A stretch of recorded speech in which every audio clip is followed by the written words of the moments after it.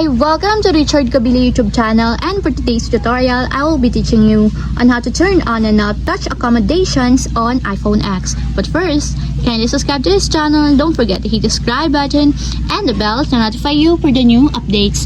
And let's start! Using your iPhone X, from your home screen first, go to Settings.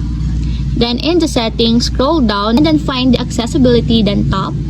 Then in the accessibility, scroll down again and go to physical and motor section and then tap the touch.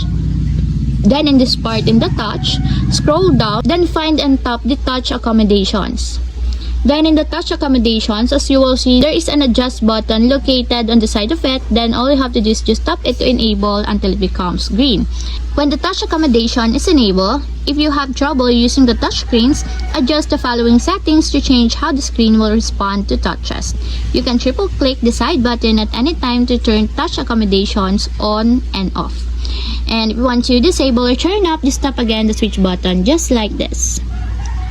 And that's it, we have successfully turned on and off touch accommodations on iPhone X. If you have a question, you can get a comment down below, and don't forget to hit the subscribe button and the bell to notify you for the new updates. And thank you for watching!